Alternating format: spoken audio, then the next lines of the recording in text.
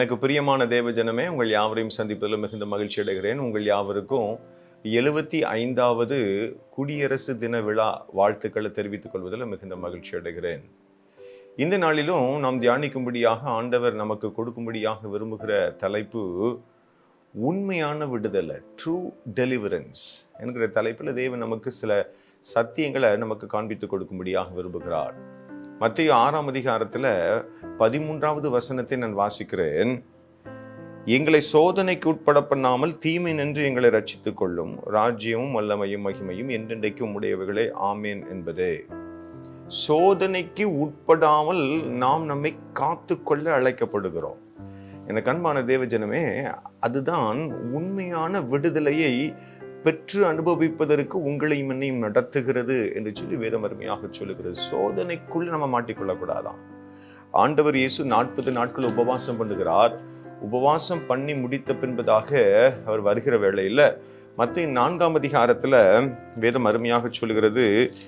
மத்தேயு 4ஆம் அதிகாரம் 3வது வசனத்தின் தொடக்கத்துல, அப்பொழுது சோதனைக்காரன் அவரிடத்தில் வந்து, சோதனைக்காரன் 3 விதமான சோதனைகளை ஆண்டவருக்கு முன்பதாக காண்பிக்கிறதை பார்க்க முடிகிறது. நீ தேவனுடைய குமாரன் தானே, இந்த கல்லுகளை அப்பங்களாக மாற்றும். அவங்களுடைய சென்சுவல் ஆர்கன்ஸை அவன் இன்ஸ்டிகேட் பண்ணுகிறத பார்க்க முடிகிறது, தூண்டுகிறதை பார்க்க முடிகிறது. கண்கள் நிச்சை. 2வது, உயர கொண்டு சென்று உபரிகையின் மேலே அவரை நிறுத்தி தாளக்குதியும் தூதர்கள் உன்னை தாங்கிக் கொள்வார்கள் என்கிற 2வது சோதனை. மாமிசத்துல தன்னுடைய வல்லமையை ஆண்டவர் வெளிப்படுத்த வேண்டும் என்று சொல்லி ஒரு உந்தி தள்ளக்கூடிய ஒரு சோதனையை காண்பிக்கிறது. 3வது, மலையின் உயரமான ஒரு இடத்திற்கு கொண்டு சென்று ராஜ்யங்களை எல்லாம் காண்பித்து, நீர் சாஷ்டாங்கமா என்னை வணங்குவீரியானா இவைகளை உமக்கு தருவேன் என்று சொல்லி ஜீவனத்தின் பெருமையை காண்பிக்கிறது. சோதனைக்காரன் 3 விதமான சோதனைகளை கொண்டு வருவதை வேதம் காண்பித்துக் கொடுக்கிறது. 1 கண்களின் நிச்ச, 2வது மாமிசத்தின் நிச்ச, ஜீவனத்தின் பெருமை. சோதனைக்குள்ள மாட்டிக்கொள்ளக்கூடாதபடிக்கு காக்கப்படுவதற்கு, தீமை நின்று விலகி ரட்சிக்கப்படுவதற்கு நாம் நம்மை அர்ப்பணிக்க, ஒப்பு கொடுக்க அழைக்கப்படுகிறோம். அதில் ஒரு பரிபூர்ண விடுதலையை நீங்களும் நானும் பெற்று அனுபவிக்க முடியும். அல்லேலூயா. இந்த விடுதலையைத்தான் ஆண்டவர் இயேசு ரொம்ப அருமையாக மனுக்குலத்திற்கு அவர் பெற்று தருகிறார். இந்த 3 காரியத்திலிருந்து, சோதனைக்காரன் கொண்டு வரக்கூடிய இந்த 3 சோதனைகளிலிருந்து ஆண்டவர் இயேசு மனுக்குலத்துக்கு ஜெயத்தை பெற்று தருகிறத வேதம் அருமையாக காண்பித்துக் கொடுக்கிறது. அதை உணர்த்து வண்ணமாக அமைந்த ஜீவனுள்ள வார்த்தைகள் கொலோசையர் 2ஆம் அதிகாரம் 13, 14, 15 அருமையாக கொடுக்கப்பட்டிருக்கிறது. இந்த வசனத்தை நான் வாசிக்கிறேன்.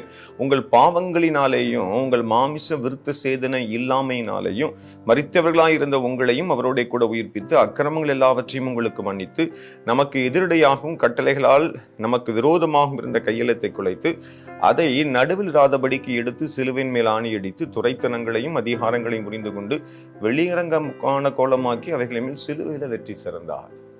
ஆண்டவர் இயேசு மனுக்குலத்திற்கு உண்மையான விடுதலையை சிலுவையில பெற்று தருகிறார். அல்லேலூயா. சோதனைகளிலிருந்து காக்கப்பட்டு அவைகளிலிருந்து விலகி வாழ நம்ம அழைக்கப்படுகிறோம். அப்படி வாழுவோமையான உண்மையான விடுதலை பெற்று அனுபவிக்க முடியும். அந்த விடுதலையைத்தான் ஆண்டவர் இயேசு சிலுவையின் மீது உங்களுக்காக எனக்காக பெற்று தருகிறார். பிரியமானவர்களே, நீங்களும் நானும் சிலுவையின் ஆதாரம் ஆண்டவர் இயேசுவை உறுதியாய் பற்றிக்கொள்ள நம்ம அழைக்கப்படுகிறோம். இந்திய தேசத்துல முன்னோர்கள் தங்களை தாங்களே அர்ப்பணித்து போராடி பெற்று தந்த சுதந்திரத்தை நம்ம நம்முடைய வாழ்க்கையில அனுபவிக்கும்படியாக வடிவமைக்கப்பட்டதுதான் இந்த குடியரசு தினம் என்பது. அதன் மூலமாக இன்றைக்கு சுதந்திரத்தின் சுவாச காற்றை முழுவதுமாக நீங்கள் நானும் சுவாசிக்கிறோம். பரிபூர்ண விடுதலையின் சுவாச காற்றை சுவாசிக்க நீங்களும் நானும் விரும்புவோமையானா, ஆண்டவர் இயேசு சிலுவையில உங்களுக்காக எனக்காக தன்னை ஒப்பு கொடுத்தார்.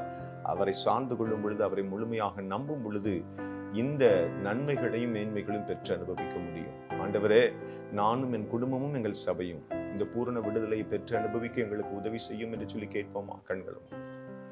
ஆண்டவரே, நாங்கள் நன்றி செலுத்துகிறோம். இந்த ஆசீர்வதிக்கப்பட்டிருக்கிற இந்த காலை பொழுதுல உங்களுடைய சமூகத்தில் வரும்படியாய் கர்த்தர் கொடுக்கிற கிருபைகளுக்காக நாங்கள் நன்றி செலுத்துகிறோம்.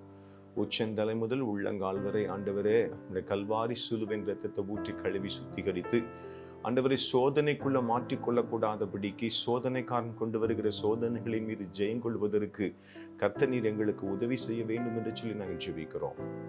ஜெபத்தில் இணைந்திருக்கிற ஒவ்வொரு சகோதர சகோதரிகள், அன்பான குடும்பங்கள், சபையின் பிள்ளைகள் அத்தனை பேரையும் கர்த்தர் அப்பா அற்புதமாக உம்முடைய மெய்யான உண்மையான விடுதலை பெற்று அனுபவிக்க கர்த்தர் உதவி செய்ய வேண்டும் என்று சொல்லி நான் ஜெபிக்கிறேன். செய்கிறபடினாலும் மக்கள் நன்றி. இயேசுவின் மூலம் ஜெபிக்கிறேன். ஜெபங்களும் எங்கள் ஜீவன் உள்ள நல்ல பிதாவே. ஆமென். Thank you. God bless you all.